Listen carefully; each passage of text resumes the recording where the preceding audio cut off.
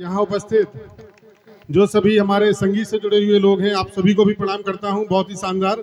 और जो बच्चियाँ भी गा रही थी, 2-3 बच्चियाँ थी, मैं उतनी देर से नोट कर रहा था। बहुत ही शानदार बेटा, आप लोग बहुत ही अच्छा गा रही थी। आप लोगों को भी प्रणाम करता हूँ।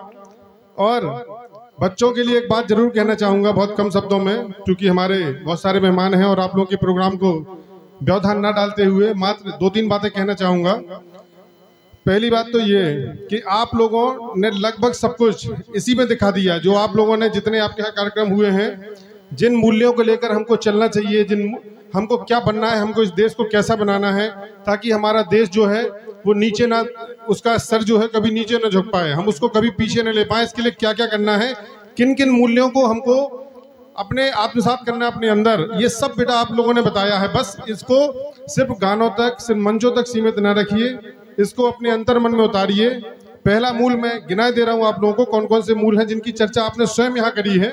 पहला मूल सत्य।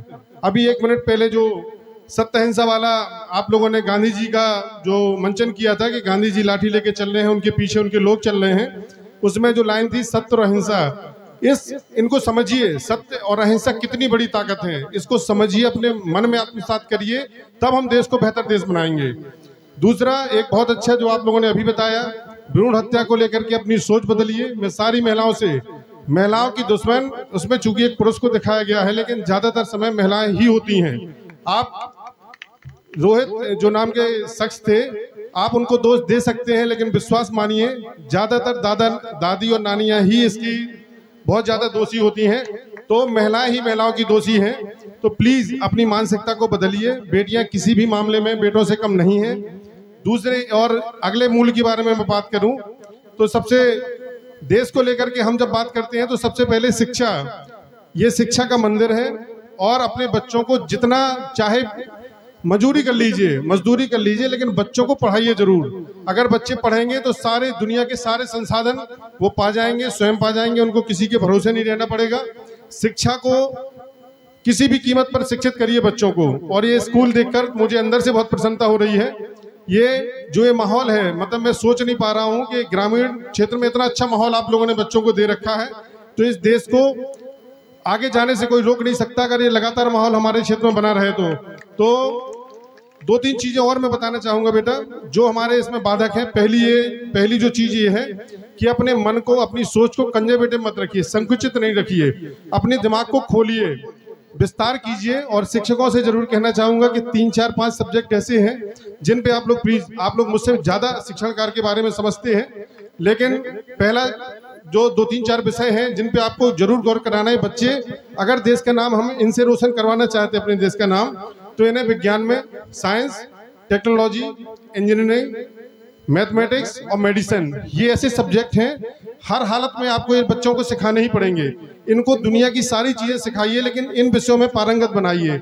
ऐसा माहौल क्रिएट करिए जो भी, चाहे जो राज्य हो देश के अंदर, चाहे जो भी देश हो, जिनने इन 5 विषयों की ओर ध्यान दिया है वो देश आज सर्वश्रेष्ठ है दुनिया में। तो इन 5 विषयों का प्लीज बेटा आप लोग भी सुनिए गौर से। दुनिया की सारी चीजें सीखिए, सारे जितना भी सब कुछ होता है वो सब कुछ सीखिए, लेकिन 5 विषयों की ओर ध्यान दीजिए। ये दुनिया जहां जा रही है वहां आगे चल के विज्ञान का, तकनीक का, इंजीनियरिंग का, मैथमेटिक्स का और मेडिसिन का दौर आने वाला है। इसको कोई नहीं रोक सकता। तो अपने आप को इन विषयों में पारंगत बनाइए, तब जाके आप देश को वहां ले जाएंगे जहां आप गीत के माध्यम से बताना चाह रहे थे कि हम देश को कहां ले जाना चाह रहे हैं। दूसरी बात, हमारे यहाँ इस चीजों से रोक कौन रहा है? रोक रहा है हमारे यहाँ का एक ऐसा माहौल है जहां सबको रोजगार की चिंता है। सबको, यहाँ कोई ऐसा नहीं है जिसको अपने रोजगार की चिंता ना हो। स्वयं चाहे शिक्षक हो, स्वयं चाहे मैं हूँ, जितने लोग यहाँ हैं, सबको रोजगार की चिंता है।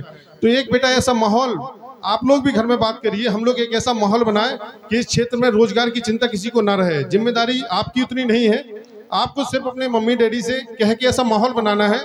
और जिम्मेदारी यहाँ जो जागरूक लोग बैठे हैं इन सबकी है कि इस क्षेत्र के लिए एक ऐसा रोजगार मिले ताकि हम अपने बच्चों को, देखिए ज्यादातर बच्चे पढ़ाई क्यों छोड़ते हैं? ज्यादातर बच्चे सर पढ़ाई इसलिए छोड़ते हैं क्योंकि उनके घर में आर्थिक परेशानी आ जाती है, इसलिए तो छोड़ते पढ़ाई।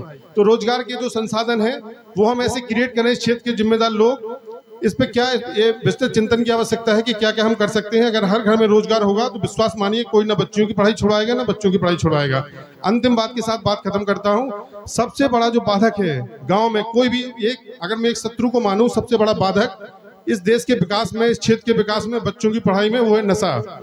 तो एक कसम खाइए सभी लोग, बच्चों से तो मैं, बच्चे तो जैसे नशे से अभी दूर ही होते हैं, छोटे बच्चे, मैं इस साइड बैठे सभी लोगों से कहता हूं कि आप कसम खाइए कि नशे से दूर रहेंगे। अगर आप नशे से दूर रहे तो विश्वास मानिए ये देश को तरक्की करने से कोई नहीं रोक पाएगा।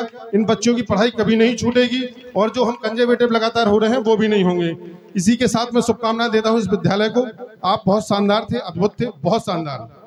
बहुत बहुत धन्यवाद।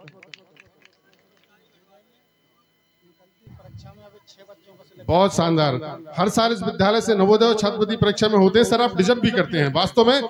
मतलब मैं इतने विद्यालयों में गया हूं इस साल, बहुत शानदार। इस बात के लिए भी ताली बजाई जाए एक बार कि इस विद्यालय से, मतलब आप लोग डिजर्व करते हैं, कहीं से भी ऐसा नहीं है। पहले मैं सोच रहा था जब आप लोगों ने बताया जी, बहुत बढ़िया। नहीं, आप सब डिजर्व करते हैं, मैंने देख लिया। अभी मंच के माध्यम से जब कहा जा रहा था, ये बात कही जा रही थी कि हम लोग जो नाट्य वो था उसमें प्रतियोगिता, उसमें टॉप पे आए थे, तो मैं पहले सोच रहा था क्या मतलब बच्चे गांव के क्या ही करते होंगे, लेकिन देख के मुझे लगा वास्तव में करते होंगे। आप लोग डिजर्व करते हैं सर।